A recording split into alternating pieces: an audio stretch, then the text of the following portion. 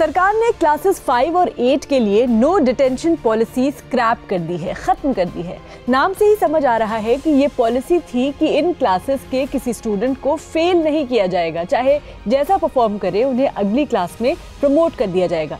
लेकिन इस फैसले ने नो डिटेंशन पॉलिसी को फिर से चर्चा में ला दिया है। तो आइए समझते हैं कि ये पॉलिसी क्या थी, क्यों लाई गई और इसे हटाने के पीछे तर्क क्या है। मेरा नाम है हरीम और आप देख रहे हैं स्विच।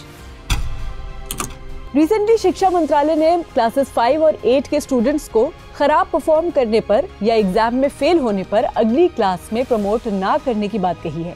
ये बदलाव करीब 3000 केंद्रीय विद्यालयों में लागू हुआ है, जैसे कि केंद्रीय विद्यालय और जवाहर नवोदय विद्यालय। अब अगर छात्र पहली बार परीक्षा पास नहीं करते हैं तो उन्हें 2 महीने के अंदर री एग्जाम का मौका मिलेगा। अगर री एग्जाम में भी छात्र असफल होते हैं तो उन्हें उसी कक्षा में रोका जा सकता है। नो डिटेंशन पॉलिसी को थोड़ा इलैबोरेट करें तो ये फैसला केंद्र सरकार ने 2019 में राइट टू एजुकेशन एक्ट में बदलाव के बाद लिया है। RTE एक्ट 2009 में लागू हुआ था। इसका उद्देश्य 6 से 14 साल तक के बच्चों को फ्री और कंपलसरी शिक्षा देना था।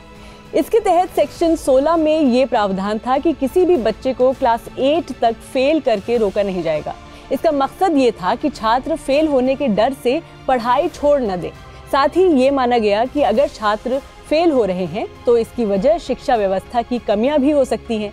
इसके लिए कंटिन्यूअस एंड कॉम्प्रिहेंसिव इवैल्यूएशन यानी CCE सिस्टम लाया गया, जो छात्रों की पढ़ाई को नियमित रूप से परखने पर जोर देता है। तो ये पॉलिसी हटाने के पीछे क्या तर्क दिया गया है? 2017 में संसद में RTE एक्ट में संशोधन का बिल पेश हुआ। इसके पीछे तर्क दिया गया कि नो डिटेंशन पॉलिसी से शिक्षा के स्तर में गिरावट आ रही है। कई बार छात्रों को बिना इनफ नॉलेज के अगली क्लास में प्रमोट कर दिया जाता है। इस पर बनी एक समिति ने पाया कि सरकारी स्कूलों में पढ़ाई का स्तर गिर रहा है। 2010 से 2013 के बीच ग्रामीण इलाकों के सरकारी स्कूलों में क्लास 5 के सिर्फ 47% स्टूडेंट्स ही क्लास 2 के लेवल की पढ़ाई पढ़ पा रहे थे। इनमें यह भी देखा गया कि शिक्षक और छात्र दोनों ही परफॉर्मेंस को लेकर गंभीर नहीं थे, क्योंकि फेल होने का कोई डर ही नहीं था। अब समझते हैं कि नो डिटेंशन पॉलिसी के पक्ष में क्या तर्क है। कई एक्सपर्ट्स का मानना है कि छात्रों को फेल करना उनकी पढ़ाई छोड़ने की संभावना बढ़ा सकता है। खास तौर पर गरीब और डिप्राइव्ड तबके के बच्चे इससे ज्यादा प्रभावित होते हैं। TSR सुब्रमण्यम समिति ने सुझाव दिया कि नो डिटेंशन पॉलिसी क्लास 5 तक जारी रहनी चाहिए। समिति ने यह भी कहा कि इस पॉलिसी के चलते ड्रॉप आउट रेट कम हुआ है। इससे ये सुनिश्चित हुआ है कि बच्चे कम से कम 8वीं क्लास तक स्कूल में बने रहें।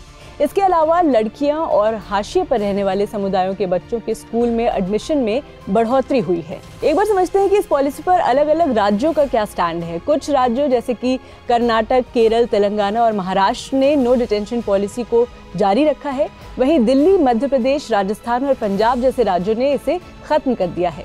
दिल्ली में जब इस पॉलिसी को हटाया गया तो क्लास 8 के लगभग 20% छात्र फेल हो गए। इस पॉलिसी की फ्यूचर की बात की जाए तो नो डिटेंशन पॉलिसी को लेकर बहस ये बताती है कि शिक्षा के स्तर को सुधारने के लिए हमें और गहराई से सोचने की जरूरत है। सिर्फ छात्रों को फेल करना या ना करना ही सोल्यूशन नहीं है। हमें टीचर्स ट्रेनिंग, स्कूल की बुनियादी सुविधाएं और छात्रों के लिए सपोर्टिव अप्रोच पर काम करना होगा। As per experts, no detention policy को पूरी तरह से हटाना या लागू रखना दोनों ही समस्याओं का हल नहीं है।